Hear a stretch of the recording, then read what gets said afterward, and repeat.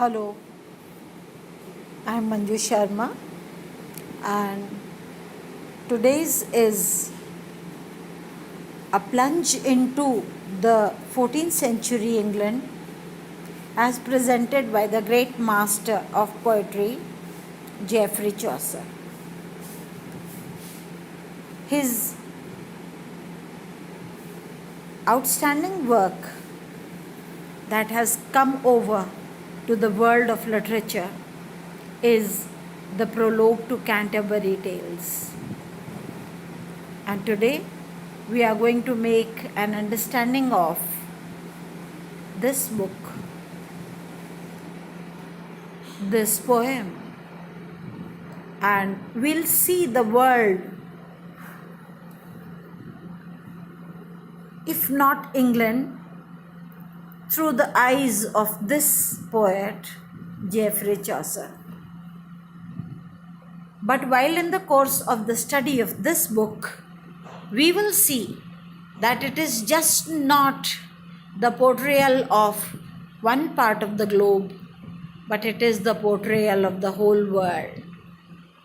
So let us, right from the title, pick up the operative words and see what do they mean and how do they contribute to this beautiful legend, that is the prologue. Now, what is a prologue? Prologue is the word that is said before moving into the major work. The word said before actually speaking the tales. So this is the prologue, the introduction that will bring you, that will launch you to see the pilgrims telling their tales while on their way to Canterbury. What then is Canterbury? Canterbury is the shrine of the Saint Thomas Becket, who was a martyr, whose help was sought when people were sick. Now we see that the 30 pilgrims that are moving towards this shrine of St. Thomas Becket, in fact, they are all hale and hearty because they are to move 30 days towards and 30 days backwards from the Tabard Inn where they have gathered together to move on their pilgrimage. Why have they chosen to go to the shrine of St. Thomas Becket, who rids people, who rids his pilgrims of physical ailments? And this is something that Geoffrey Chaucer has very purposely brought to light. And I, in the succeeding lectures, in the succeeding description of the pilgrims, will tell you what actually is the ailment that is causing many of the pilgrims to move towards Canterbury. Now, the pilgrims. The word suggests that pilgrims are those people who go with full devout heart to some shrine seeking the help from the saint. And they are the people who should not carry any traces of their status, of their position, of their money. Because money is the thing that should be left behind while you are on a pilgrimage. Because it is essential while to procure a spiritual gain, one must leave behind the material possessions. But of the 30 pilgrims that are on their way to Canterbury, we see many of them, and in fact, Chaucer takes every delight to describe them as they have come there, as making a show of their positions. Most of them, their dresses, their status has been explained not just to introduce you to the state that they have emerged from, but to tell you that they are in good state, that all of them love their money and have come to show their best. Isn't it ridiculous to see these pilgrims? But we will see them with all their frivolity, with all their love for money. And they have chosen, it's not that it is the season wherein offerings should be made to St. Thomas Becket, or where people should go without taking into consideration what actually is the environment, are the hazards that might be lying in their way. But they have chosen the month of April.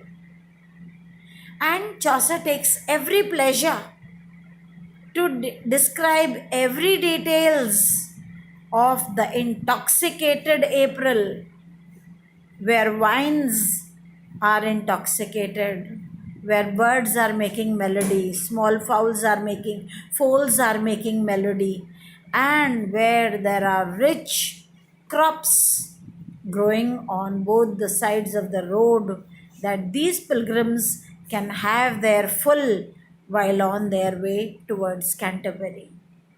So they have chosen it. It appears as Chaucer begins his poem, he begins by telling that the young sun had run halfway, half course in Ram, and this it is the sign of zodiac, the first sign of zodiac, in which the sun has moved halfway through and has entered and has launched, heralded for us the month of April, the month of sheer gaiety. So, pilgrims are moving ahead. They have perforce taken this time where they can have all pleasures. Pilgrims in a pleasurable environment. Pilgrims in their rich arrays, dresses, and pilgrims more into external show and less into spiritual gains, leaving apart a few who will be like jewels among this string of beads.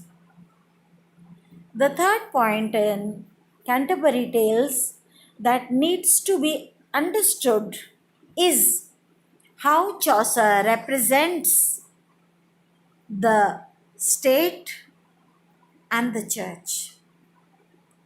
Among the pilgrims are there several, and the leader of which is the knight who come from the state. There is the miller, the reeve, the wife of Bath, the municipal, and quite many of them who represent, and the guildsmen who represent the state. So it is as if the whole of 14th century England is marching towards Canterbury. Representatives of state have been chosen. And there are representatives of the church led by the monk who has chosen to serve the world and who has very little study of Bible. So it is an everybody of the state studied in this masterpiece of characters.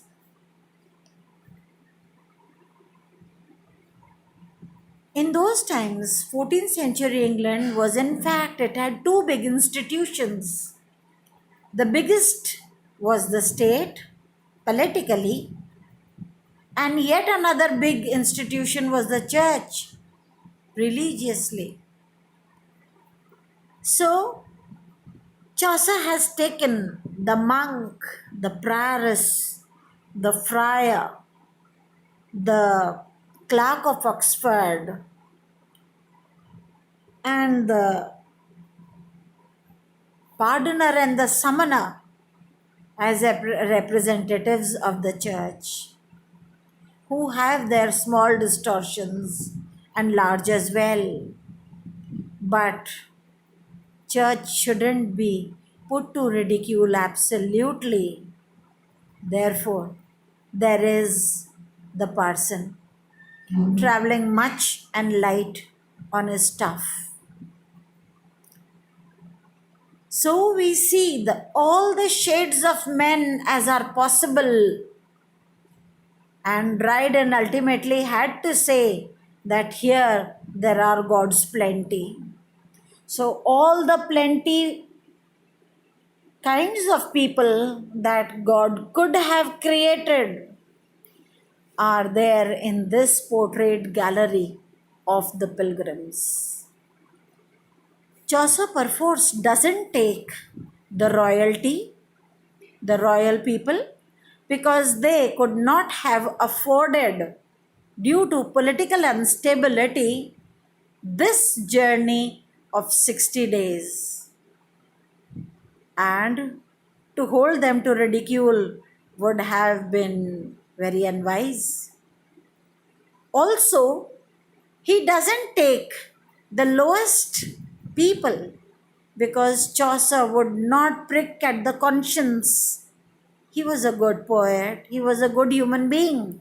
He would not prick at the conscience of poor people, because also they would not have managed this journey of 60 days. So theirs is it's not possible for them. Chaucer has very wisely selected his representatives from state and church, and this could have confounded him if he had not put them in the order of decreasing worth, socially as well as on the ecclesiastical society.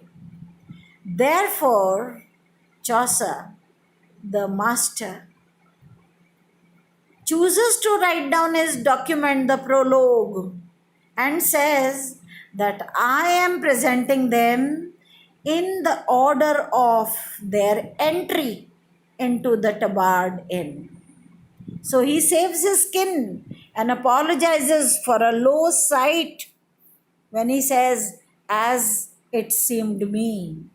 So he makes a sketch to be held for a proper scrutiny. How fair they were. How fair they were to stand as pilgrims moving towards Canterbury. So all God's plenty are here. The real good people are there, and the real scoundrels are also there. So the dealing, one other aspect of the prologue to Canterbury Tales is the humor. What is humor?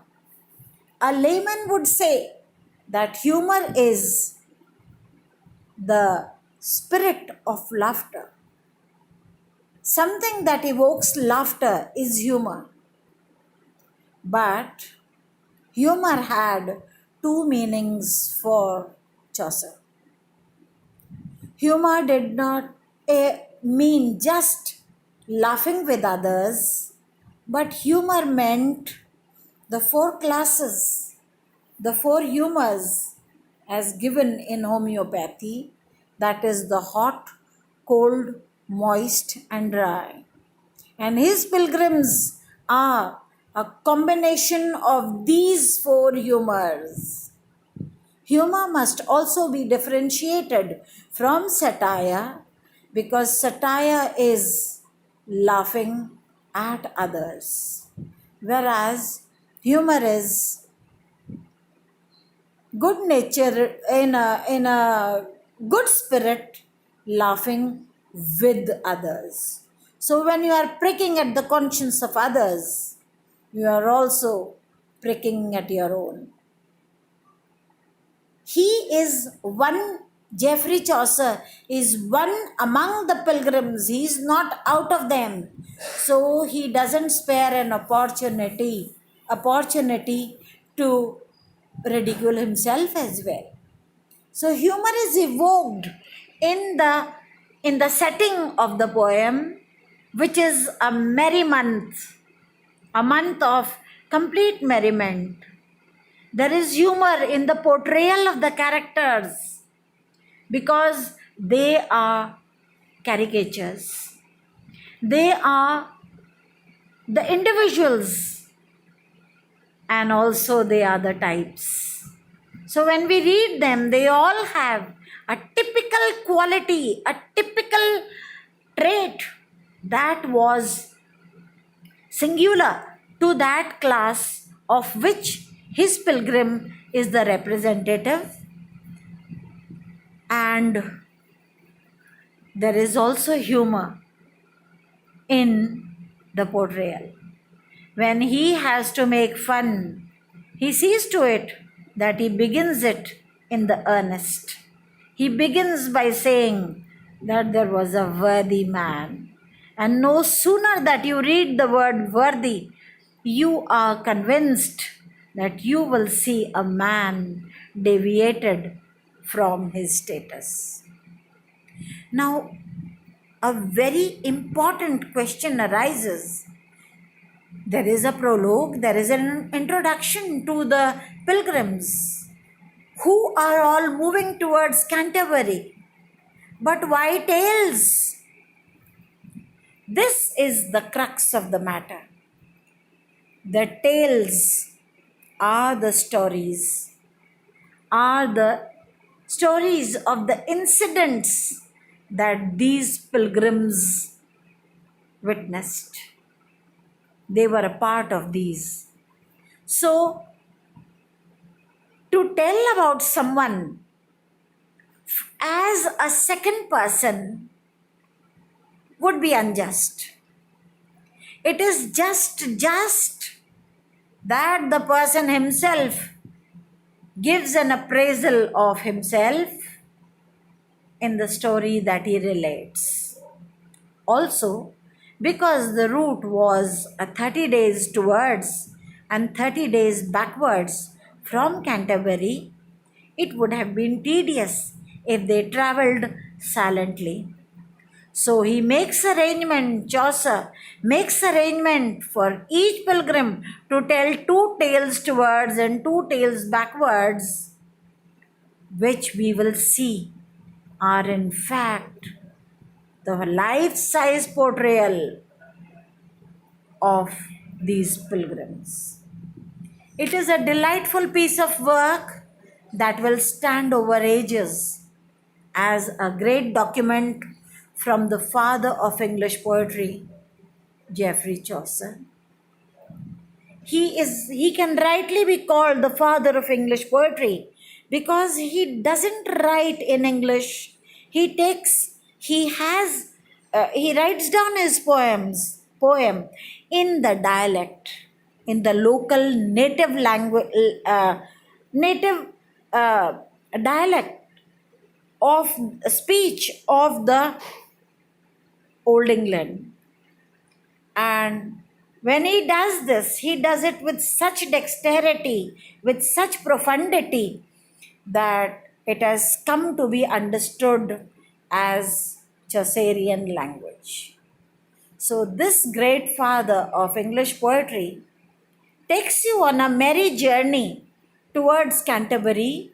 You do not get landed into Canterbury because the presentation, the portrayal of the pilgrims is on in the prologue. You are only shown the life size portraits of these pilgrims, where you see them as us. You can find these people, they are not limited to the 14th century England. They seem to be representatives of that age, but in fact, they can be found even now.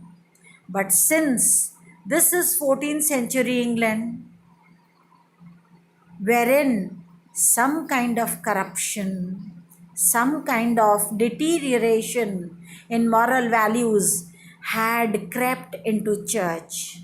And with this purpose, he has his people who he portrays to be pilgrims. Why pilgrims? Because to portray the church, it was needed that they go on a pilgrimage. However, the environment is that of a picnic. So, we'll see the delightful and the merry and the frivolous and the distorted and the scoundrels and the angel parson outshining all of them from among the men of religion, the clerk of Oxford from among the scholars, the parson